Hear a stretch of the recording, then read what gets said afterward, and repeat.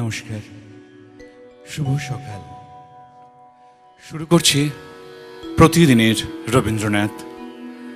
আপনাদের হাত ধরে, আপনাদের ভালোবাসায় সিটিভেন প্লাস পরিচালিত আজকের এই শুভ সকালে আমি রয়েছি আপনাদের সঙ্গে মৌনমুখর, আর আমার সঙ্গে মানুষ ও সুব্রত। সবাইকে নিয়ে আমরা চলব এবং আজকের এই শুভ দিনটিতে সেই যুগপুরুষকে আমরা প্রণতি জানাবো রবীন্দ্রনাথের গানের মাধ্যমে। আপনারা জানেন বিবেকানন্দের জন্মদিনে আজকের আমাদের এই প্রতিদিনের রবীন্দ্রনাথ। তাকে স্মরণ করব কবির গানে, তাকে নিয়েই চলবো আমরা আজকে। আর আপনারা তো আছেনই, সেই ভরসায় শুরু করছি আজকের আমাদের প্রথম প্রণতি। পূজা পর্যায়ের একখানি গান, ভেঙেছ দুয়ার এসেছ জ্যোতির্ময়, তোমারই হউক জয়। গানটি রচনাকাল আমরা পেয়েছি 30শে আশ্বিন 1321, ইংরাজি 17ই অক্টোবর 1914। কবি তখন এলাহাবাদে। এক সকালবেলায় কবির মনে এসেছিল গানটি। গীতালির গানগুলি কবির এই সময়েই রচনা। বয়স তাঁর তখন চলছিল 53 বছর। ভৈরবীর আগে স্বরলিপি করেন সুধীর চন্দ্র কর। আসুন আমরা আজকের এই পুণ্য দিনটিতে সেই মহাপুরুষকে স্মরণ করি কবির গানে।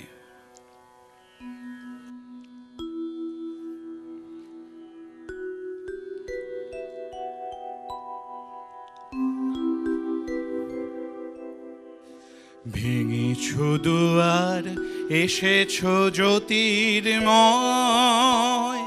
তোমারই হোক জয়। ভেঙেছ দুয়ার এসেছ জ্যোতির্ময়, তোমারই হোক জয়। তিমির বিদার উদার অভ্যুদয়, তোমারই হোক জয়।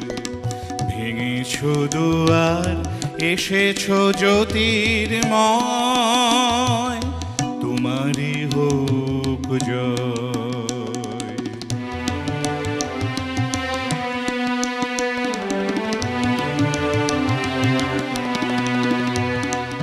হে বিজয়ী বীর নবজীবনের প্রাতে, নবীন আশার খড়গ তোমার হাতে। হে বিজয়ী বীর নবজীবনের প্রাতে, নবীন আশার খড়গ তোমার হাতে। জীর্ণ আবেশ কাটসু কঠোর ঘাতে, বন্ধন হোক ক্ষয়, তোমারই হোক জয়। ভেঙেছ দুয়ার এসেছ জ্যোতির্ময়, তোমারই হোক জয়।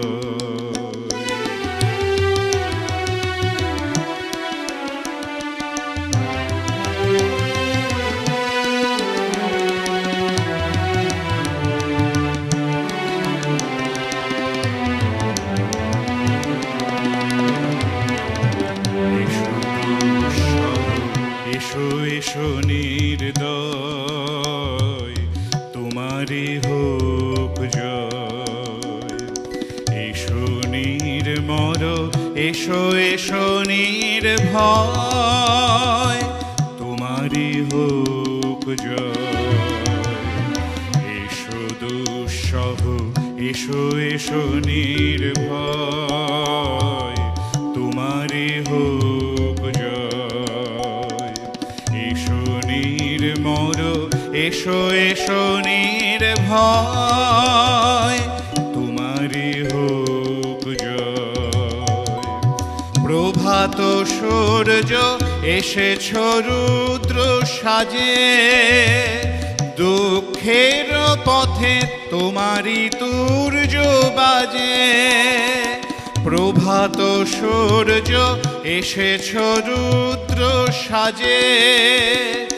দুঃখের পথে তোমারই তুর্য বাজে, অরুণ বহ্নি জ্বালাও চিত্ত মাঝে, মৃত্যুর হোক লয়, তোমারই হোক জয়।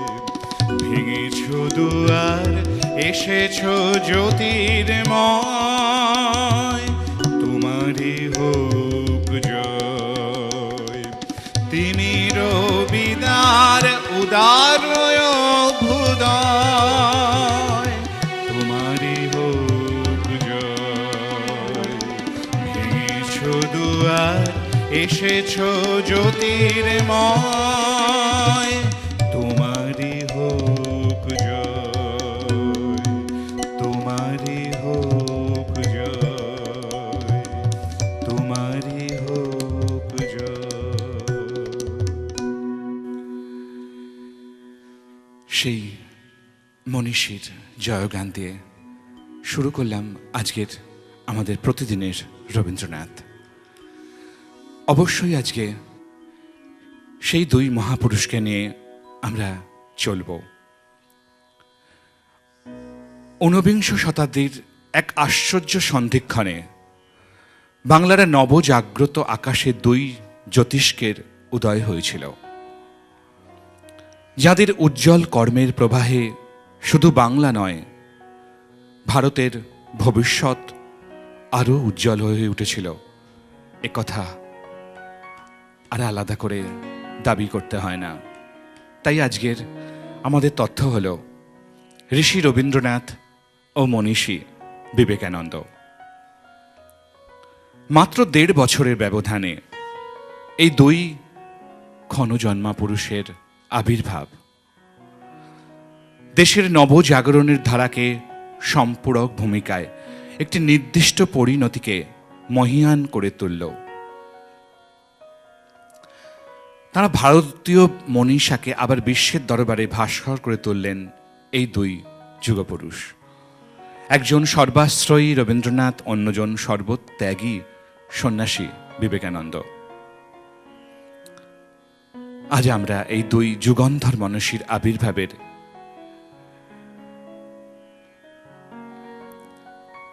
কথা স্মরণ করব, কিছু শুনব এবং আপনারাও শোনাবেন। এই দুই বঙ্গ সন্তান তথা ভারত পুরুষ আপন আপন বাক্যে ও আচরণে ভারতের নবজাগরণকে সম্ভাবিত করেই ক্ষান্ত হননি, চিরকালীন ভারতের মহান বাণীকে জগৎ সভায় উপস্থিত করেছেন। তাই এই দুজনকে মিলিয়ে দিতে আমাদের এতটুকু অসুবিধে হয় না। আজ তাই রবীন্দ্র গানে বিবেকানন্দকে স্মরণ। কিছু গান আজকের আমাদের চয়নে এমনই থাকবে যেগুলি বিবেকানন্দের খুব প্রিয় গান ছিল। তেমন কিছু গান আপনাদের সামনে আজকে পরিবেশন করব। এরপরে যে গানটি শোনাব পূজা পর্যায়ের একখানি ব্রহ্মসঙ্গীত, আমার মাথা নত করে দাও হে তোমার চরণ ধুলার তলে। গীতাঞ্জলির গান এটি। গানের সম্পর্কে বলবো, কিন্তু বন্ধু এসে গেছেন আজকে সকালের প্রথম বন্ধু। কে রয়েছেন আমাদের সঙ্গে? হ্যালো, সুপ্রভাত। সুপ্রভাত মৌন মুখোপাধ্যায়, আমি গৌহাটি থেকে প্রভাত ঘোষ বলছি। হ্যাঁ, প্রভাত। প্রথমেই এই দুই যুগ পুরুষ স্বামী বিবেকানন্দ এবং বিশ্বকবি রবীন্দ্রনাথকে আমার অন্তরে অন্তঃস্থল থেকে শ্রদ্ধা জানিয়ে বলছি যে বিবেকানন্দের জন্ম হয়েছিল 1863 খ্রিস্টাব্দের 12ই জানুয়ারি, রবীন্দ্রনাথের জন্ম 1861 খ্রিস্টাব্দের 8ই মে। দুজনের বয়সের জন্মের তফাৎ 1 মাস 8 মাস 4 দিন। একজন স্বামীজি বলেছিলেন, জননী আজ থেকে 50 বছরের মধ্যে জননী জন্মভূমি হোক একমাত্র আরাধ্যা দেবী, এবং তিনি বলেছিলেন ভারতের মৃত্তিকা আমার স্বর্গ। এবং বিশ্বকবি রবীন্দ্রনাথও বলেছিলেন, ও আমার দেশের মাটি তোমার পরে ঠেকায় মাথা। স্বামীজি বলেছিলেন মূর্খ ভারতবাসী, চণ্ডাল ভারতবাসী আমার ভাই। তেমনি রবীন্দ্রনাথও বলেছিলেন হেথায় আর্য অনার্য হিন্দু মুসলমান, এক দেহে মুঘল পাঠান, এক দেহে হলো নীল, আমার শনিতে রয়েছে ধ্বনিতে তারই বিচিত্র সুর। একজন স্বামীজি চিকাগো ধর্মসভায় ভারতবর্ষের অস্তিত্বকে তুলে ধরেছিলেন এবং গোটা বিশ্বকে জয় করেছিলেন এবং ভারতবাসীকে গর্বিত করেছিলেন। অন্যদিকে রবীন্দ্রনাথ সাহিত্যে নোবেল পুরস্কার লাভ করে ভারতের রবি বিশ্বের কবি হয়েছিলেন, পরাধীন দেশ ও মাতৃকার গৌরব বাড়িয়েছিলেন। খুব ভালো লাগলো আপনার এই সংযোজন। আমাদের প্রথমেই আজকে সকালের মনটা ভরে গেল। খুব ভালো থাকবেন, সঙ্গে থাকবেন আমাদের অবশ্যই। আমরা এগিয়ে নিয়ে চলি আপনাদেরকেই সঙ্গে নিয়ে, প্রতিদিনের রবীন্দ্রনাথ। এবার যে গানটি শোনাবো গীতাঞ্জলির প্রথম গান এটি। আমার মাথা নত করে দাও হে তোমার চরণ ধুলার তলে। রচনাকাল 1313 ফাল্গুন। কবির 45 বছর বয়সের রচনা এটি। ইমন কল্যাণ রাগে, তেওড়া তালে। গানটির স্বরলিপিকার কাঙালি চরণ সেন। আসুন রবির গানে বিবেক শরণ।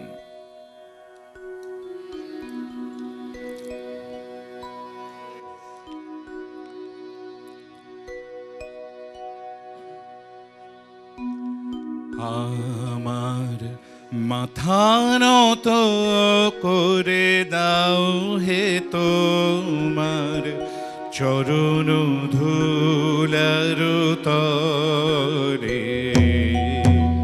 সকল অহংকার হে আমার ডুবাও চোখের জলে। আমার মাথা নত করে দাও হে তোমার চরণ ধুলার তরে। সকল অহংকার হে আমার ডুবাও চোখের জলে। আমার মাথা নত করে দাও হে তোমার চরণ ধুলার তরে।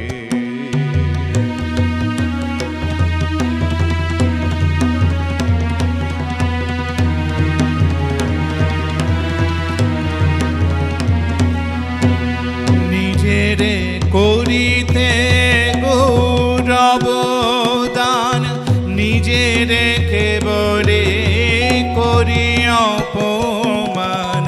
নিজেরে করিতে গৌরব দান, নিজেরে কেবলে করি অপমান। আপনারে শুধু ঘেরিয়া ঘেরিয়া ঘুরে মরে পরে পরে। আমার মাথা নত করে দাও হে তোমার চরণ ধুলার তরে।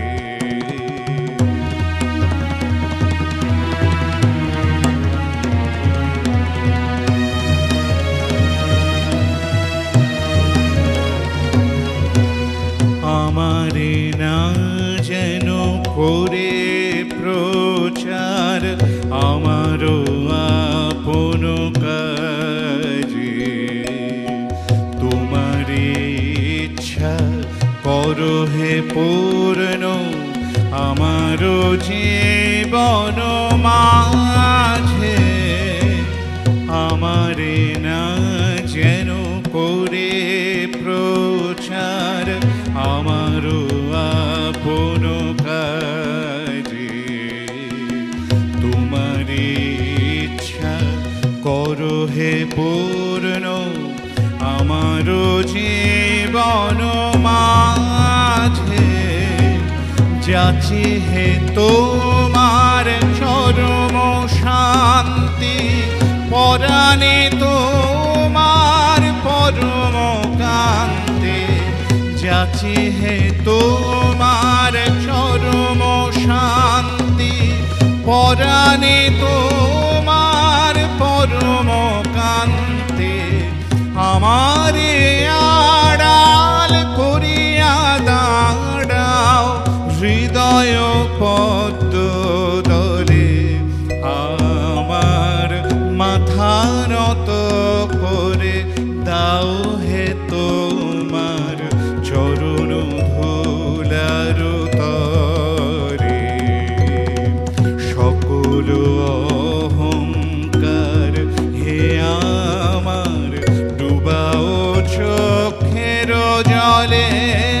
আমার মাথা নত করে দাও হে তোমার চরণ ধুলার তরে। সকল অহংকার হে আমার ডুবাও চোখের জলে, আমার মাথা নত করে দাও হে তোমার চরণ ধুলার তরে।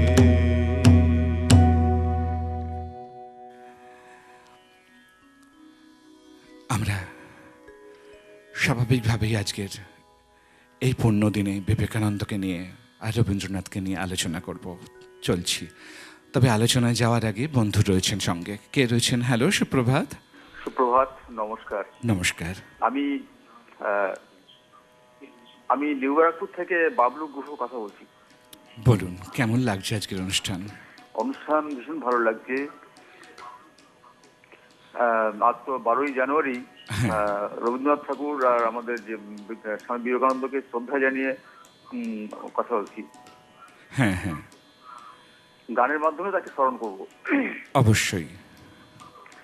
তো যাই হোক, তাকে নিয়ে বলার কিছুই নেই। আমি যাই হোক, আমার একটা অনুরোধ যদি সম্ভব হয়, ওই হৃদয়ের একুল উকুল যায়, দুকুল ভেসে যায়। ভেসে যায়। আসলে আজকে আমরা বিবেকানন্দের প্রিয় গানগুলো নিয়ে চলছি, তো নিশ্চয়ই শোনাবো আগামী এপিসোডে, কথা দিলাম।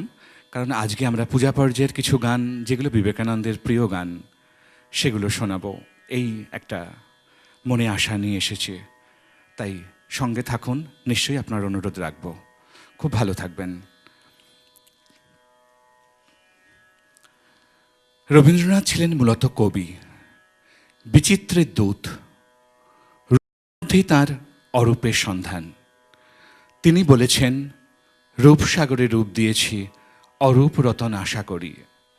আবার তিনি আরও এক জায়গায় বলছেন, আমি পৃথিবীর কবি, জিথা তার যত ওঠে ধ্বনি, আমার বাঁশির সুরে সারা তার জাগিবে তখনই।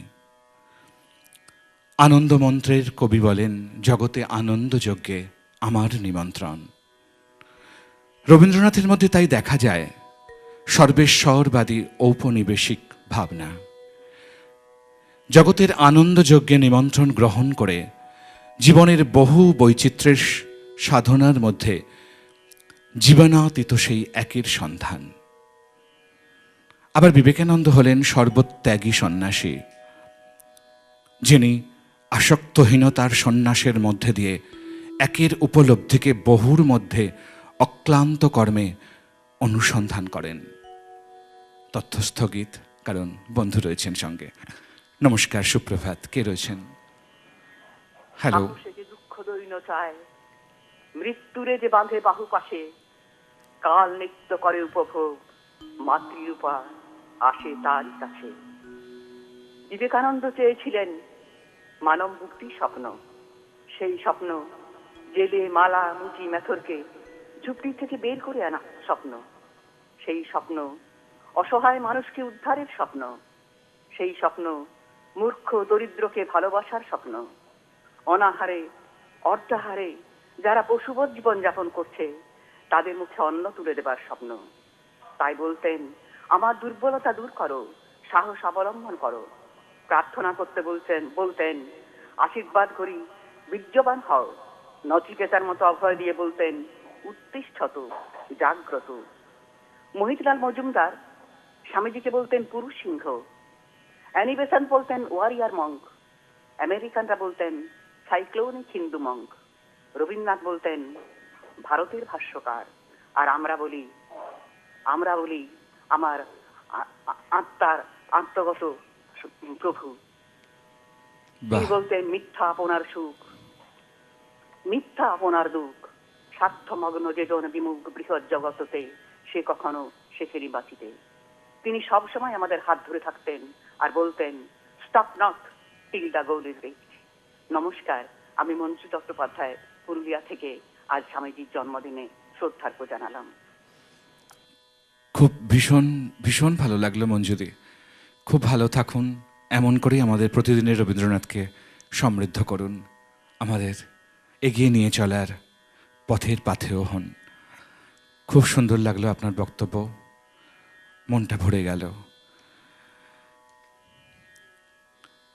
সর্বত্যাগী সন্ন্যাসী ছিলেন এই বিবেকানন্দ, যিনি আসক্তহীনতার সন্ন্যাসের মধ্যে দিয়ে একের উপলব্ধিকে বহুর মধ্যে অক্লান্ত কর্মে অনুসন্ধান করেছিলেন। ফলে দুই যুগন্ধর পুরুষ ভারতীয় জীবন দর্শনের ও জীবনচর্চার দুটি ধারা বহু থেকে এক এবং এক থেকে বহু বিশেষভাবে সঞ্জীবিত করলেন। চলবো আমরা এই দুই মনীষীকে নিয়ে আজকে, এবং সেই সঙ্গে কবির গান। এখন যে গানটি শোনাবো আরও একখানি পূজা পর্যায়ের ব্রহ্মসঙ্গীত, একি এ সুন্দর শোভা, যেটি নরেন্দ্রনাথ দত্ত সম্পাদিত সঙ্গীত কল্পতরুতে পুঁথিবদ্ধ হয়েছিল। স্বামীজি শ্রীরামকৃষ্ণ পরমহংসদেবকে গানটি তিনি গেয়ে শোনাতেন। রাগিনী ইমন ভূপালী, তাল ত্রিতাল। কবির মাত্র 19 বছর বয়সের রচনা এটি। আসুন এখন এই গানটি শোনা যাক।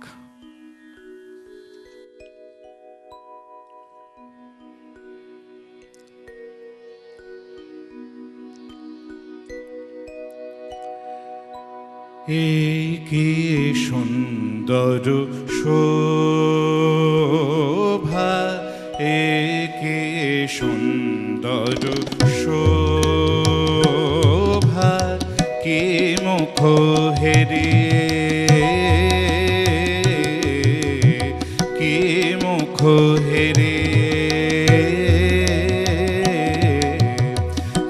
আজি মোর ঘরে আইল হৃদয়নাথ, প্রেম উৎসয় উথলিল আজি, একে সুন্দর শোভা, একে সুন্দর শোভা।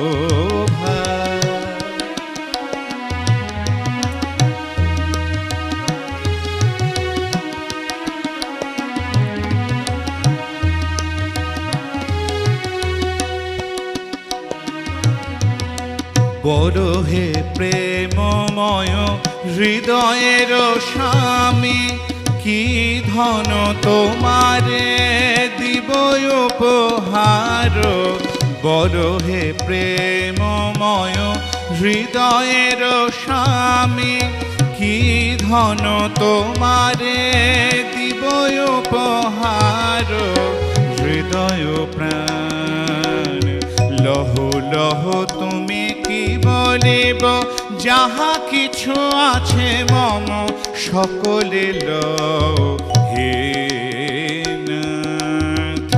একে সুন্দর শোভা, একে সুন্দর শোভা, কে মুখ হেরিয়ে, কে মুখ হেরিয়ে আজি মোর ঘরে আইল হৃদয়নাথ, প্রেম উৎসয় উথলিল আজি, একে সুন্দর শোভা, একে সুন্দর শোভা।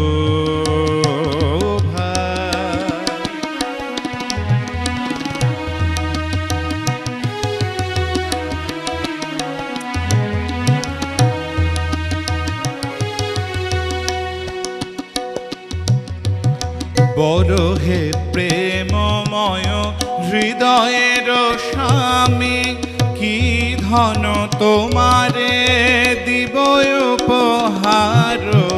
বড় হে প্রেমময় হৃদয়ের স্বামী, কি ধন তোমারে দিব উপহার। হৃদয় প্রাণ লহ লহ তুমি কি বলিব, যাহা কিছু আছে মম সকলে লও হে নাথ, একে সুন্দর শোভা, একে সুন্দর শোভা, কে মুখ হেরে, কে মুখ হেরে আজি মোর ঘরে আইল হৃদয়নাথ, প্রেম উৎসয় থলিল আজি, একে সুন্দর শোভা, একে সুন্দর শোভা, একে সুন্দর শোভা।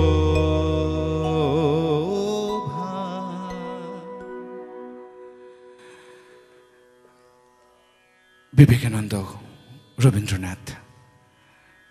আজকের তথ্য আমাদের এই দুই মহাপুরুষকে নিয়ে। এই দুই মহাপুরুষের মধ্যে এক অদ্ভুত মিল হল, কবি ও সন্ন্যাসী কেউই জীবন বিমুখ নন। তথ্য স্থগিত, বন্ধু এসে গেছেন। কে রয়েছেন আমাদের সঙ্গে? হ্যালো, সুপ্রভাত। হ্যালো, আমি দুর্গাপুর হাটকো বিধাননগর থেকে বলছি, রাবিয়া বেগম। হ্যাঁ রাধে রাধে। ভালো হ্যাঁ আছেন তো? ভালো আছি, আপনি ভালো আছেন নিশ্চয়ই? হ্যাঁ, নিশ্চয়ই ভালো আছি। এই যে শীতের এখন এই গ্রাস চলছে না, আমিও খুব একটা ভালো থাকি না এই ব্যাপারে। আচ্ছা আচ্ছা, আমার সঙ্গে মিল রয়েছে তাহলে এই হ্যাঁ ব্যাপারে। হ্যাঁ, সেই জন্যই বলছি, আপনার মানে টুপি ফুপি সবকিছু দেখেই বলছি। খুব আজকে সুস্থ সকালকে থাকুন। মানে অন্যভাবে একটু দেখতে পাচ্ছি, জানেন অবশ্যই। তো? হ্যাঁ, তো সকাল কিন্তু আজ মালগোস আর বেহাগে জড়িয়ে জড়িয়ে আসছে না, একেবারে ভৈরবীর সুরের মূর্ছনা নিয়ে আপনার যে গান গাইলেন, কি বলবো, খুব ভালো লাগছে। তার উপর আবার এমন একজন মনীষীর জন্মদিন, যিনি তার ছেঁড়া সেতারের ফুসফুসের মতো ভারতবর্ষে দেখেছিলেন। বাহ। অগ্নিগর্ভ ও স্ফুলিঙ্গ তার কলম দিয়ে বেরিয়েছিল, সেই জন্যই তার কল টু দ্য নেশন বাজেয়াপ্ত করেছিলেন গোয়েন্দা বিভাগ। তা আমি একটু বলতে যাচ্ছি রবি ঠাকুর সম্বন্ধে, তাদের তারতম্যটুকু অন্যভাবে আমি বলছি, একটু সবকিছু আলোচনা করছেন। তো উচ্চাস আর উন্নত শিখরে পৌঁছে দেবার এক বর্ণাঢ্য ইন্দ্রজাল রচনার প্রেক্ষাপট কিন্তু গড়েছিলেন এই দুই মনীষী ভারতবর্ষকে। অবশ্যই। হ্যাঁ, তো স্বদেশবাসীর কঠোর দারিদ্র, কুসংস্কার, গোঁড়ামি, অশিক্ষা, এসব সামাজিক ব্যাধি নিয়ে দুজনেই কিন্তু সমানতা ছিলেন, সচেতন ছিলেন কিন্তু খুবই। তো আমার মতে কি, রবি ঠাকুর ও স্বামীজি দুজনের সাধনার আঙিনা ভিন্ন হলেও কিন্তু চিন্তা ভাবনার মধ্যে দুজনকে আমি শিক্ষার আচার্য হিসেবে দেখতে পাচ্ছি। জানি না আপনারা একমত হবেন কিনা। অবশ্যই একমত। তবে অবশ্যই। পশ্চিমী জগতে নিরলস কর্মপুরাণের এক প্লাবন ধারা উভয়ই বই এনেছিলেন। কর্মের মহান ব্রত বলতে যা বোঝায়, আমার মতে এই মনীষীদের কাছ থেকে আমরা পেয়েছি। আর একজন শিকাগোর ধর্মসভা থেকে অন্যজন গীতাঞ্জলির মাধ্যমে বিশ্ব দরবারে স্থান করেছিলেন। বিশ্বভ্রাতৃত্ব বলতে যা বোঝায় মানুষের মূল সত্য, এই প্রত্যয় ছিল রবি ঠাকুরের কাছে ধর্মের বিকল্প। কিন্তু স্বামীজি তার তুলনামূলকভাবে কথা বলেছিলেন, সকলের তুল্য ভোগাধিকার থাকা উচিত, বংশগত, গুণগত, জাতিগত শিকারের বিভেদ উঠে যাওয়া উচিত। যেটা ছিল এবার ফিরাও মোড়ে এসব মানুষ সব দুই গদ্যে পদ্যের যোগসূত্র আছে, সকলেই জানেন সেটা। সবার পানে যেটাই বাহু পসারো, সেইখানেতে প্রেম জাগিবে আমারও, তুলনামূলক বিবেকানন্দের সেই বিখ্যাত ঐক্যের বাণী। সকলকে দরিদ্র মুচি ভারতবাসী সকলেই আমার ভাই। উপসর্গরে আমি বলতে চাচ্ছি যে রবি ঠাকুরের মধ্যেই দেখতে পাই কিন্তু স্বামীজির শাশ্বত বাণী। তবে আজ এই দুই মনীষীর দরকার পড়েছে আমাদের ভারতবর্ষকে, তাহলে ইতিহাসটাই পাল্টে যাবে। হ্যাঁ, তো ভালো থাকুন। আর একটা সবচেয়ে প্রিয় যে ধর্মাচার্য মনীষীর গান ছিল রবি ঠাকুরের গান, তোমারই করিয়াছি জীবনের ধ্রুবতারা, খুব অবশ্যই। সুন্দরভাবে অনুষ্ঠান হচ্ছে। ভালো থাকুন, সকলে ভালো থাকুন। খুব সুন্দর থাকবেন রাধিয়াদি। আপনারা আছেন বলেই প্রতিদিনই রবীন্দ্রনাথ এত সমৃদ্ধ, এত সুন্দর করে আপনারা বলেন যে মাঝে মধ্যে চুপ করে শুধু শুনতেই ইচ্ছে হয়, কথা বলে আর সেটাকে ব্যাঘাত ঘটাতে ইচ্ছে হয় না। খুব ভালো লাগলো, খুব সুন্দর। আপনি আমাদের একজন ভালো কলার, এটা মানতেই হবে। আমরা এবারে আমাদের একটু তথ্যের মধ্যে ফিরি, কিন্তু সেখানেও একটু ব্যাঘাত, কারণ বন্ধু রয়েছেন। কে রয়েছেন সঙ্গে আমাদের? হ্যালো, সুপ্রভাত, বলুন। নমস্কার। হ্যালো। হ্যালো, হ্যাঁ বলো। নমস্কার। নমস্কার, বলো। আমি মালদা থেকে কাকুন থেকে রিঙ্কি বলছি। হ্যাঁ রিন্টু, বলো। আমি বুঝতে পেরেছি তোমার গলা শুনেই। আপনাকে সুপ্রভাত জানাই, সকলকে সুপ্রভাত জানাই। হ্যাঁ, তুমি আমাদের অনেক শুভেচ্ছা নিও, অনেক ভালোবাসা নিও। হ্যাঁ ঠিক আছে। আচ্ছা। আজকে আমি ছোট্ট একটা কবিতা শোনাবো। হ্যাঁ নিজের লেখা, হ্যাঁ, ছোট্ট করে নিজের বলো। লেখা আছে। হ্যাঁ, বলো বলো। দিলে থেকে বিবেকানন্দ। দত্ত পরিবারে জন্মাইলে এক দুষ্টু ছেলে দিলে, তার হৃদয় খুশি হতো গরিবদের কিছু দিলে। দুষ্টুমি করতে করতে তার বয়ে যেত বেলা, সব থেকে তার প্রিয় ছিল ধ্যান ধ্যান খেলা। সব জিনিসকে পরীক্ষা করে করতেন বিচার, সহ্য করতে পারতেন না কারো উপর অত্যাচার। মানুষদের দুঃখ দেখে নিজে হতেন দুঃখী, সারাক্ষণ ধরে তিনি বুঝতেন না কিভাবে তাদের করবে সুখী। সদাই তার মনে জাগত ঈশ্বর লাভের প্রশ্ন, যেভাবে তিনি মনে হতেন উষ্ণ। তারপর তার দেখা হলো রামকৃষ্ণের সাথে, সত্যি যেন আপনি দেখলো তার হাতে। জীবে দয়া করে তিনি খুঁজে পেলেন ঈশ্বর লাভের পথ, সারা ভারতকে সবল করার জন্য তিনি নিলেন শপথ। সারা দেশ ঘুরে তিনি দেখলেন দেশের অবস্থা, গরিব দুঃখী নিঃসম্বল মানুষকে দিলেন আস্থা। গেরুয়া রঙের কাপড় আর মাথায় পাগড়ি পরে হলেন সন্ন্যাসী, ফোটালেন তিনি কত গরিব দুঃখী মানুষদের মুখে হাসি। তিনি বলিতেন সর্বদা ভারতকে নবজাগরিত করো, তাই তো রবি ঠাকুর বলতেন ভারতকে জানতে হলে বিবেকানন্দকে পড়ো। তার আগমনে সবার প্রাণী বন্ধ হলো দ্বন্দ্ব, জানি না কি করে হলেন তিনি দিলে থেকে বিবেকানন্দ। নমস্কার কাকু। খুব ভালো থেকো আমাদের ছোট্ট রবি। এত ভালো তুমি লেখো, ভালো করে পড়াশোনা করে লেখা চালিয়ে যাও। খুব ভালো থেকো।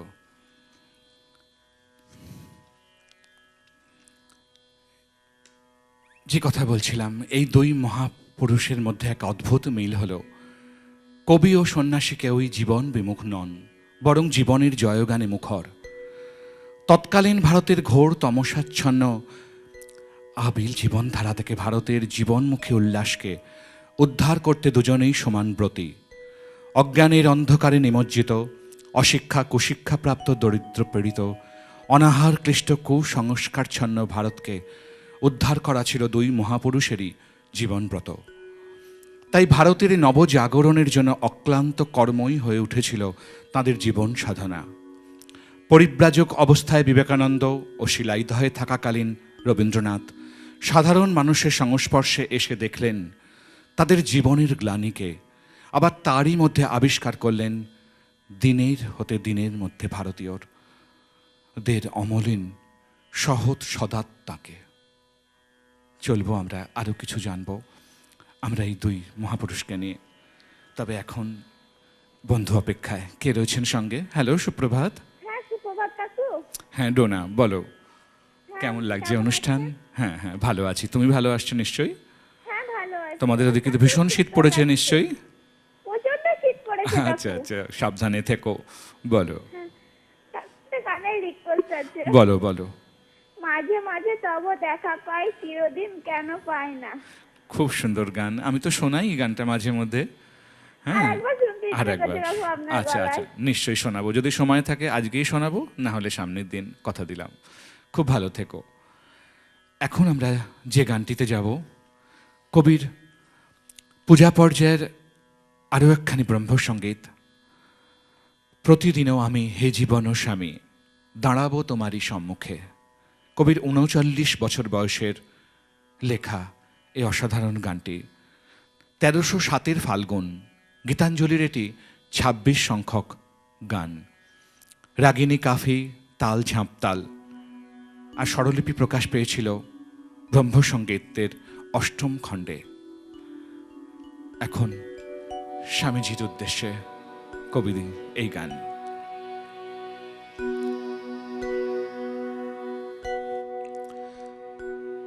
প্রতিদিন আমি হে জীবন স্বামী, প্রতিদিন আমি হে জীবন স্বামী দাঁড়াবো তোমারে সম্মুখে। প্রতিদিন আমি করে জোড় করো হে ভুবনেশ্বর,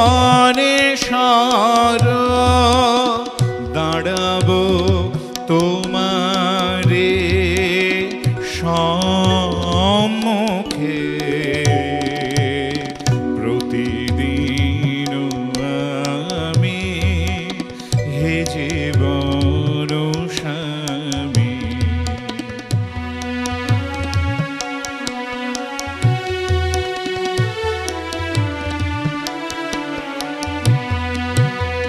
তোমারও অপার আকাশের তলে বিজনে বিরনে হে তোমারও অপার আকাশের তলে বিজনে বিরনে হে নম্র হৃদয়ের নয়নের জলে দাঁড়াবো তোমারে সম্মুখে প্রতিদিন আমি হে জীবন স্বামী।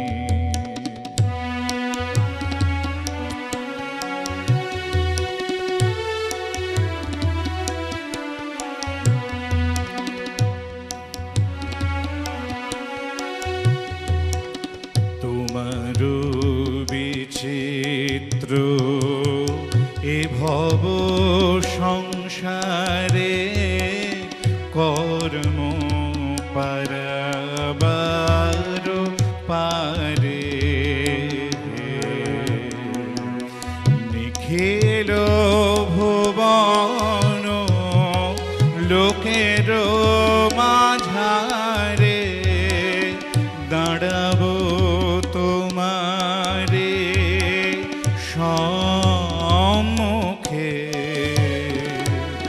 তোমার বিচিত্র এ ভব সংসারে কর্ম পারাবার পারে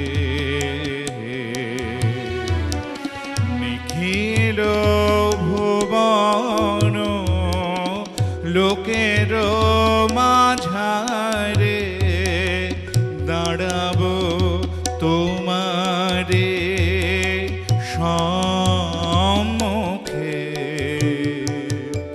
তোমারও এ ভাবে মম কর্ম যাবে সমাপন হবে হে তোমারও এ ভাবে মম কর্ম যাবে সমাপন হবে হে ওগো রাজ রাজ একাকিনী রবে দাঁড়াবো তোমারে সম্মুখে